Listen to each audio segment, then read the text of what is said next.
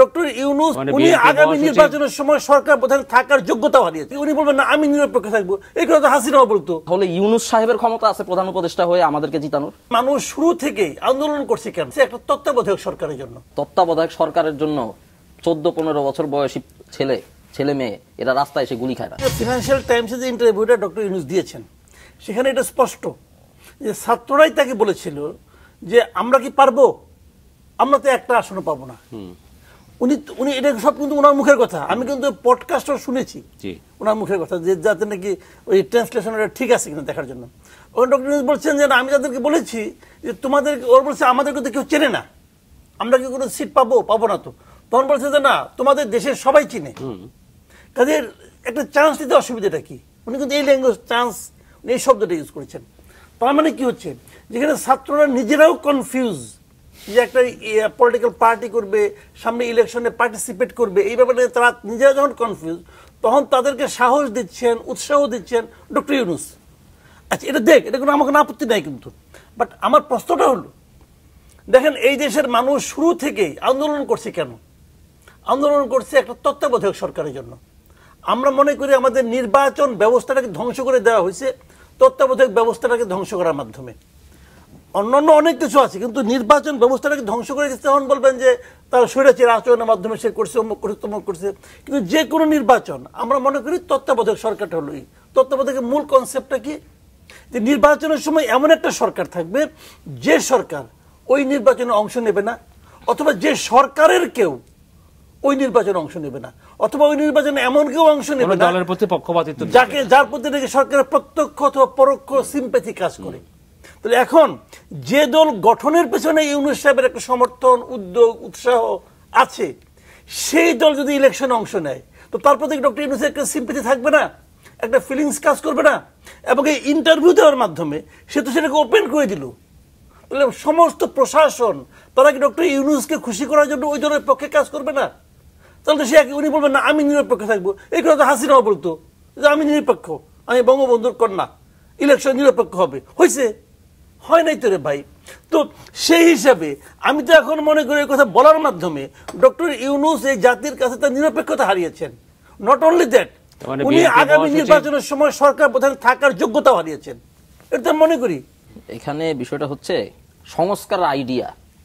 এখানে ওনার বেসিক পয়েন্টে যেটা ভুল, সেটা হচ্ছে বাংলাদেশের মানুষ তত্ত্বাবধায়ক সরকারের জন্য আন্দোলন করেছে। ভাই, তত্ত্বাবধায়ক সরকারের জন্য 14-15 বছর বয়সী ছেলে মেয়ে এরা রাস্তায় এসে গুলি খায় না। তত্ত্বাবধায়ক সরকার এদের এত পেয়ারের বস্তু না, এটা খুবই অ্যাবস্ট্রাক্ট একটা জিনিস সরকারের ব্যাপার। কেন তারা এই গুলিটা খায়? সিম্পলি যাতে করে বাংলাদেশের মানুষ জীবনের নিরাপত্তা নিয়ে বাঁচতে পারে, যাতে তাদের শিক্ষার অধিকার ক্ষুণ্ণ না হয়, যাতে তাদের জীবন জীবিকা এগুলো নিরাপদ থাকে। এটা কিভাবে নিশ্চিত হবে? ওয়েস্টার্ন ইউরোপের কান্ট্রিগুলোতে দেখেন, ওখানে কোনো তত্ত্বাবধায়ক সরকার লাগে না। ওদের নির্বাচন কমিশন এতটাই স্ট্রং যে সরকারে যেই থাকুক না কেন নির্বাচন কিন্তু একেবারে নিরপেক্ষ হয়। যে সরকারে থাকে সে ইনফ্লুয়েন্স করতে পারে না। এখন আমাদের নির্বাচন কমিশনটা এইভাবে বানাইতে নির্বাচন কমিশনটা এইভাবে বানানো, এটা কি? এটা হচ্ছে সংস্কার। এই সংস্কারের জন্য তিনি প্রশ্ন তুলেছেন, যে প্রশ্নটা মির্জা ফখরুল ইসলাম আলমগীর বিএনপির মহাসচিব তুলেছিলেন, যে কারণে আপনাদের সঙ্গে তাদের একটা সম্পর্কের একটু টানাপোড়েন আমি একটু বলতে শুরু হয়েছে। না, আপনি বলেন, এইটা একটু বলেন আপনি। এখানে বেসিক ব্যাপারটাই হচ্ছে গিয়ে পুরনো পলিটিক্যাল চিন্তা ভাবনা করা এবং পুরনো পলিটিক্যাল দৃষ্টিভঙ্গিতে আমাদেরকে দেখা। উনারা তো হচ্ছে 80 থেকে 90 দশক প্রচুর মারামারি করেছেন নিজেদের মধ্যে, তারপর যারা টিকে আছেন তারা এখন রাজনীতি করছেন। এর মধ্যে অনেকে দেশপ্রেমিক অবশ্যই, কিন্তু তাদের পদ্ধতি ভুল ছিল, এটা আমাদের এই প্রজন্ম দৃঢ়ভাবে বিশ্বাস করে, যে কারণে দেশে শান্তিপূর্ণ রাজনৈতিক সংস্কৃতি তৈরি হতে পারেনি। কি দরকার আসলে? উনারা মনে করছেন আমরা যেহেতু মানে উনাদের মতো করে আমাদেরকে ভাবতেছেন, আমাদের যেহেতু 3 জন ছাত্র পাওয়ারে আছে, আমরা এখন মাঠে আছি, আমরা যে কোনো মূল্যে ক্ষমতা ধরে রাখার চেষ্টা করব। কিন্তু ওনাদের বুঝতে হবে আমরা ওনাদের মতো না, আমাদের কাছে ক্ষমতার চেয়েও মূল্যবান একটা জিনিস আছে, যেটা আমরা অলরেডি পেয়ে গেছি, যেটা স্বাদ কিন্তু আমরা পেয়ে গেছি, মানুষের ভালোবাসা, এবং সেটা ব্যাপকভাবে, যেটা অকল্পনীয়। আমরা তো এটা হারাবো না ক্ষমতার জন্য। আমরা যেটা করতে চাচ্ছি, যেটা আমাদের টার্গেট, সেটা হচ্ছে এমন একটা দেশ তৈরি করা, এমন ইনস্টিটিউশন তৈরি করা, যেগুলো যে সরকারি ক্ষমতায় থাক না কেন দেশের মানুষকে নিরাপত্তা দিবে। কে ক্ষমতায় থাকলেও ডাজেন্ট ম্যাটার। সে যদি বেটার পারফরমেন্স করে নেক্সট টার্মে সে আবার রিএলেক্ট হবে, বেটার পারফরমেন্স না করলে অন্য যে দল আরো বেটার প্রসপেক্ট দেখাবে তারা নির্বাচিত হয়ে আসবে। তো আমেরিকা যুক্তরাষ্ট্র দেখেন বা গণতান্ত্রিক রাষ্ট্রগুলো দেখেন, এখানে নির্বাচন কমিশন কিন্তু শক্তিশালী। রিপাবলিকান পার্টি ক্ষমতায় থাকলে কিন্তু সে ইনফ্লুয়েন্স করে নিজের পার্টিরে জিতায় আনতে পারে না, সেখানে ইলেকশনটা ফেয়ার হয়। এখন ইলেকশন কমিশনকে ওভাবে তৈরি করা, এটা যে আমরা আসলে করতে চাই। প্রধান উপদেষ্টা ডক্টর মোহাম্মদ ইউনূস সাহেবের যে বক্তব্য, তাতে উনি বলছেন যে তিনি নিরপেক্ষতা হারিয়েছেন। আচ্ছা, এখানে যে প্রশ্ন, কারণ তিনি আপনাদেরকে দল গঠন করতে উৎসাহ দিচ্ছেন। হ্যাঁ, উৎসাহ দিক। ইউনূস সাহেব কি জন্য আসছেন? সংস্কার করার জন্য আসছেন, যেটা ম্যান্ডেট।